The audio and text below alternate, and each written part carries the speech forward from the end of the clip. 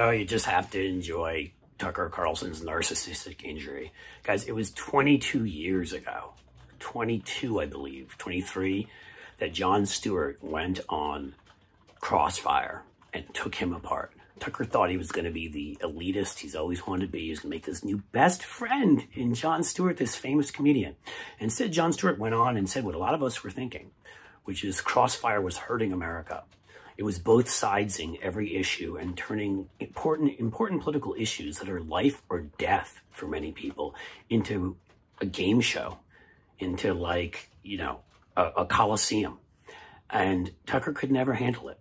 He's sort of like, I thought you were going to be funny and cool, and you didn't think you're going to be, you know, blah, blah, blah, blah, blah. And Jon Stewart, of course, responded with, I thought you weren't going to be a dick. And a week or two later, CNN announced they were canceling Crossfire. And Tucker has never gotten over it. Never gotten over that. And then he had a failed TV career at MSNBC. He went over there and tried a couple different shows and failed there. Had to go and slum it by using the family fortune and frozen fish to open that crappy publication. It was a Daily Wire, Daily Action, Daily... I'm a spoiled brat whose mommy left when I was really young and I hate the world because of it, quote unquote, which is really the story of Tucker's life. This is why he and Glenn Greenwald get along so well, because they hate the entire world because they feel so empty inside. They've got nothing in there. It's not about the money. It's about the fact that they need to be adored and they need to get revenge on a world they hate. Ever see Tombstone? Do you remember that line, famous line where Wyatt Earp asks, why does Johnny Ringo hate the world so much? You know, what is it that makes a man like that so angry? And he's like, and I think it's what's his name's Doc Holliday, who says he hates the world for being born. That's Tucker Carlson. He hates the world for being born. So last night he went on and literally showed like a 20-second segment of Jon Stewart yelling at Jack Posobiec, the lying guy who made up Pizzagate. You know, there were some sort of, you know, child slave ring. Hillary Clinton was running in a pizza basement. That disinformation, that lie, that incited riot and got someone to show up with an assault rifle there into a pizza place that had no basement. You know, Stewart got in his face, and Stewart doesn't really care anymore. He's unshaven and, you know, he's free, do what he wants to do. And so Tucker went on and like, what is wrong with him? And his voice, of course, goes up like 8 octaves. It's hilarious. What's the problem? Why? Why is he so angry? Why is he so disheveled? Why does he look like a mental patient? Yeah, he called him a mental patient. And then the best part, and he's short. He's so short. Why would anybody date him?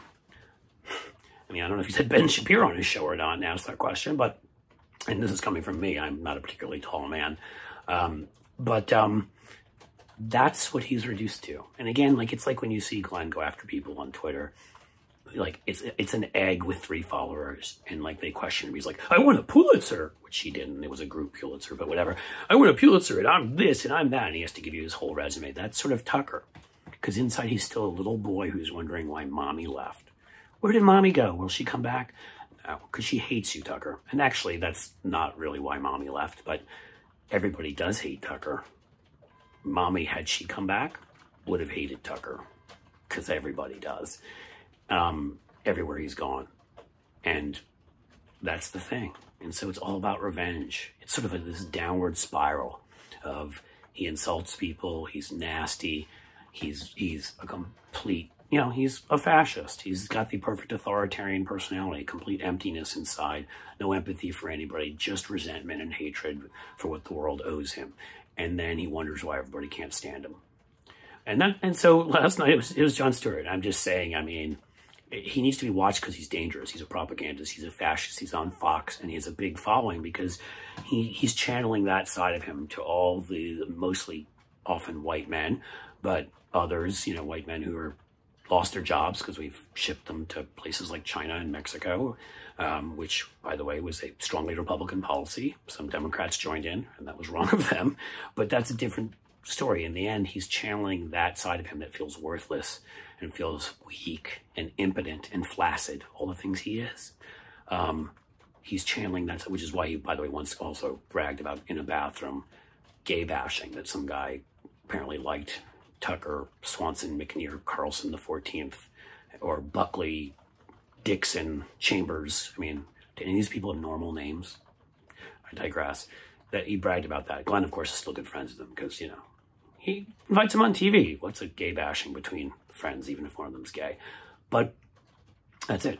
That's Tucker. That's what he's doing. That's why he's attacking Jon Stewart, because he still is so angry because Jon Stewart made a fool of him and got his show canceled 20-something years ago. Paul Begala, who's a good friend of mine, was on that show, and that show got canceled. I'm sure Paul wasn't happy about that. Never heard Paul mention a word about it. You haven't heard him attacking Jon Stewart because of it. It's Tucker. Tucker's angry and sad, and he's a lonely, pathetic human being. We just have to make sure that that doesn't translate into him gaining the kind of power that fascists try to gain and destroying our country, which is something he's working hard on. Sorry, Jon Stewart was successful. Tucker, you're a loser who's failed on every single TV show you've been on when you've tried to act normal. You had to be a fascist demagogue to be successful. Maybe that should tell you something. Hey guys, please sign up, subscribe. We're growing fast. You know, turn on notifications so you'll know about this. Follow me on Twitter at Cliff Schecter, CliffSchechter, and like and comment, and we'll be back soon.